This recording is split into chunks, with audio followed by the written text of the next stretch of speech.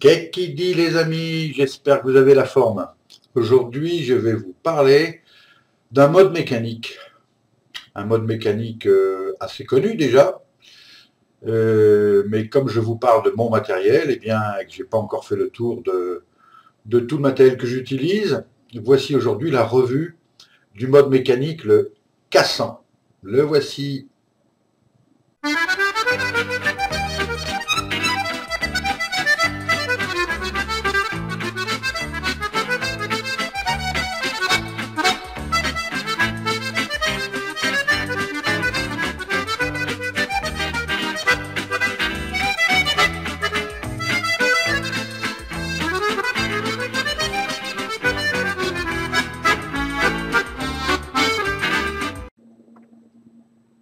Voici ce K100, qui est ici un clone de clone d'un modèle original qui s'appelle l'Empire. Ici, c'est la version chinoise que j'avais mis dans une liste d'achats groupés sur un site chinois. Vous trouvez la version Camry K100 en France sur des sites en ligne français assez facilement, autour de 35-40 euros. Je vais d'ailleurs m'en acheter un deuxième parce que j'aime bien ce mode-là et j'aimerais bien en avoir un deuxième. Voilà, je l'utilise depuis presque 3 mois, donc je l'ai éprouvé. Et écoutez, pas de défaut majeur, en tous les cas concernant sa solidité, rien à casser. Il s'agit d'un mode télescopique qui vous sera livré dans cette configuration-là, hormis le drip tip, qui est un drip tip que j'ai récupéré sur un site danois, le site d'ailleurs qui vend le Rocket, entre autres, le fameux clone du Kaifun. Voilà, donc ce drip tip, vous comprenez pourquoi je l'ai choisi. D'abord la forme gourde que j'aime bien, et puis parce que ça fait un petit setup assez sympa en termes de raccord couleur, même si c'est pas tout à fait les mêmes couleurs. Alors, il vous sera livré avec ce qu'on appelle un drip shield, c'est-à-dire un bouclier de protection de vos atomiseurs, ici bien évidemment cartomiseur, c'est pas très large. Donc je vous le montre parce que c'est comme ça qu'on voit les photos sur les sites, mais en fait on utilise très peu ça, sauf ceux qui utilisent des cartomiseurs, des tubes avec une bourre, une résistance dedans, et il existe aussi des tanks qu'on peut mettre autour du cartomiseur qui permettent d'avoir une réserve de liquide qui va rentrer par un trou qui va se trouver à la base du cartomiseur. Ici, le cartomiseur n'est pas percé puisqu'il est prévu d'être utilisé justement comme ça, tout seul. Alors, le cartomiseur qui est livré avec, autant vous dire qu'il est bon pour la parade, mais c'est pas du super matériel, et en plus, hérésie, il est livré avec une résistance à 2,5 ohms, ce qui est bien trop haut pour optimiser une vape avec un mode mécanique. Il vaut mieux avoir une résistance plus basse pour vaper sur un mode mécanique. Donc mode mécanique, il n'y a aucune électronique dedans. Alors dévissons ce cartomiseur et son drip shield pour voir finalement la bête voilà, nue. Il s'agit là ici d'un montage avec une batterie 18500. On pourra mettre des batteries de 18350, des batteries de 18650 également, donc assez versatile du fait de son caractère télescopique. Alors voyons ça. En haut, une connexion 510 SIGO qui n'est pas démontable. On a l'impression là, mais c'est serti en force. En tout cas, je n'ai pas forcé plus que ça, mais ça n'est pas démontable. 3 trous qui sont les évins de l'airflow pour le flux d'air qui vont se retrouver ici pour permettre une bonne vape au niveau de la résistance. Un tube fileté sur lequel va venir monter la partie télescopique. Voilà, d'accord, on va pouvoir agrandir ou diminuer. Et derrière, un bottom cap, donc un bouchon arrière muni d'un switch. Voilà, un switch assez pratique, pas trop long, ça se passe bien, pas trop dur, avec le petit doigt ça se passe bien. Une partie grippée pour venir le serrer correctement sur le mode lui-même, et une partie plus lisse ici, marquée on-off, là je ne vous montrerai pas, mais ça c'est un peu usé d'ailleurs, le on-off, la gravure n'est pas terrible, qui va me permettre, voilà, avec un pas à gauche, de venir bloquer le switch, ou le libérer, Voilà. Alors démontons le switch maintenant. Voilà, le cap, on y revient dans un moment. La batterie que je ressors. Et voilà la bête qui, bien sûr, va pouvoir s'allonger de façon à pouvoir mettre, et on va même pouvoir tout sortir si vous voulez, voilà, pour voir bien les deux parties. Hein. On voit la connexion au fond, alors c'est pas la connexion la plus solide de l'année, là, hein, c'est certain, mais écoutez, ça tient le coup pour le moment.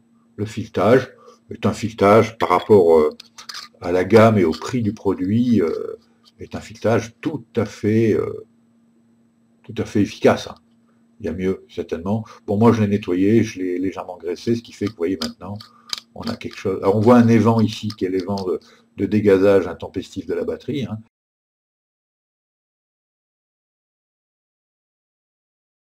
Les évents qui sont ici sont, eux, pour le airflow. Donc, vous voyez que là, regardez, ça se passe pas mal. Hein, c'est du chip bien fait. Voilà, bien conçu. Ceci dit, c'est une mécanique assez simple, donc pas de raison d'avoir de mauvaises surprises. Voilà. Ensuite, le bottom cap donc avec donc le switch. Donc on voit ici voyez, l'axe du switch qui remonte. Par contre, bien sûr, la partie ressort avec le Delrin ici ne bouge pas. Et cette partie ressort, le gros ressort avec le Delrin, lui, il sert à, voilà, on va pouvoir l'appuyer dessus. Il sert à plaquer les batteries bien à l'intérieur. Voilà. Tout bêtement, c'est très simple. De temps en temps, ce Delrin il saute, on le remet, hein, c'est pas bien compliqué. Voilà, j'ai déjà démonté 2 fois ce truc-là, ça tient, vous voyez qu'il n'est pas mis tout à fait droit d'ailleurs, mais ça le fait quand même. Voilà, donc 18 350, 18 650, 18 500. Je vous montre les 3 photos qui vont vous donner une échelle où on a à peu près une amplitude de 3 cm entre la version la plus courte et la version la plus longue.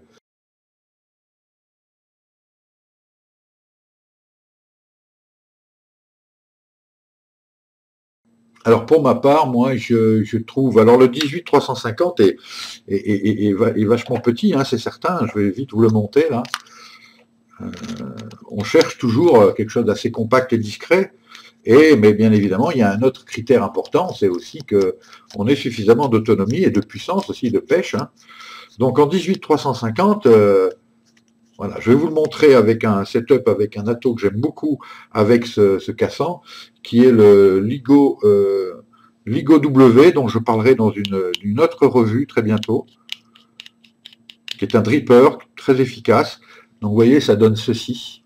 Hein, il y a un petit, pas un gap, mais un petit décrochement ici, parce que le sommet du cassant est légèrement, il y a un biseau. Hein. Donc on voit ce biseau ici, mais c'est pas désagréable du tout. Donc c'est un LIGO W légèrement customisé, on verra ça.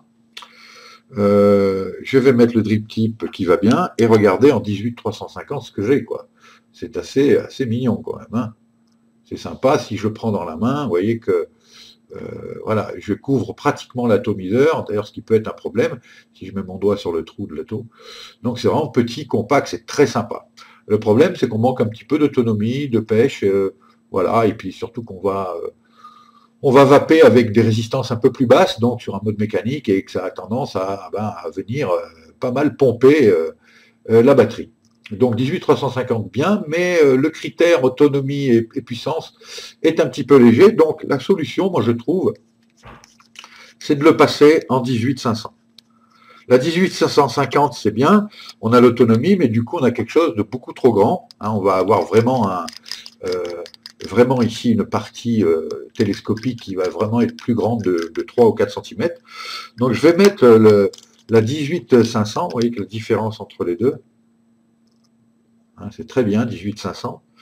Et si je mets les trois l'une à côté de l'autre, pour que vous compreniez bien, voilà, pour ceux qui ne connaissent pas encore tout à fait toutes ces batteries, voilà la 350, la 500 et la 650. Voilà, donc je vais prendre celle-ci. Celle du milieu, alors je vais être obligé bien sûr de dévisser un peu mon shield de télescope là.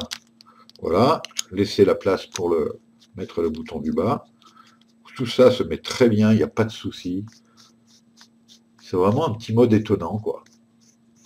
Voilà, je resserre le tout pour que le contact se fasse bien, voilà, sans serrer comme une mule. Ici, mon switch est libre, et puis là, ça fonctionne. Donc là, j'ai vraiment un petit setup qui, alors quand je le mets dans la main, alors j'ai pas assez de marge, vous voyez que là, par contre, l'atomiseur ressort totalement, contrairement à tout à l'heure où j'étais beaucoup plus haut. Voilà, mais on a quelque chose, on a un bon compromis. Alors voyons un peu comment ça va, alors sachant que lui ne va pas bien sûr le mode mécanique, puisque c'est LIGO W qui va faire la majorité du travail, mais voyons un peu son fonctionnement et son ergonomie au moment de la vape. Donc le voici en 18 500, monté avec LIGO W, qui est un dripper, donc je l'ai rempli d'un liquide maison à 50-50, PGVG. Voilà, et prêt à vaper, voyons ça.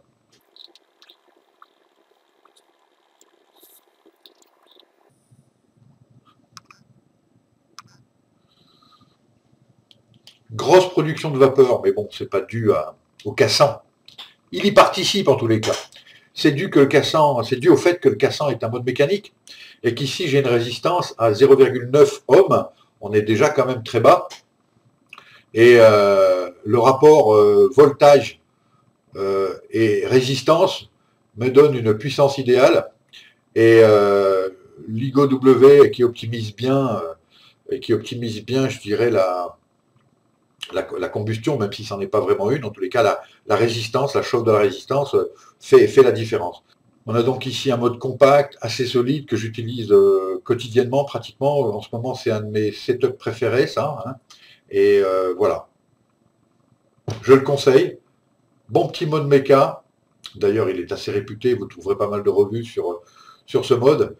Et un prix sur un shop français qui est entre 35 et 40 euros, eh bien, on a quelque chose de très efficace.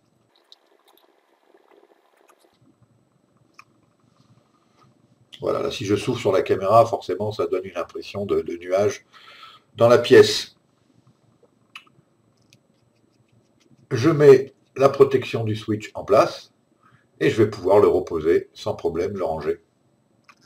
Voilà pour ce qui est du cassant, mode que je recommande, que j'aime beaucoup, je vais m'en prendre un autre d'ailleurs. Je vous dis à bientôt, merci pour tous les abonnés, on est pratiquement à 90, je crois qu'on est 97 au moment où je fais cette vidéo, presque 100. Je vais moi aussi lancer un petit concours pour rendre un peu plus attractif toutes ces vidéos, et puis tâcher de remercier une partie de mes abonnés, au moins le premier, peut-être le deuxième, peut-être le troisième, je ne sais pas, je suis en train de réfléchir à ce que je vais mettre en place, ça ne saurait tarder, un petit concours, voilà, pour tout le monde. Bien évidemment, un concours qui sera dédié aux abonnés, donc ceux qui ne le sont pas, pour profiter de ce concours, ou simplement être mis au courant des updates de la chaîne, eh bien, abonnez-vous, vous pouvez vous abonner donc sur le petit bouton qui se trouve ici, voilà. En cliquant dessus, vous atteignez ma chaîne et vous pourrez vous abonner. Merci de m'avoir suivi. À très bientôt. Bonne journée. Tchuss!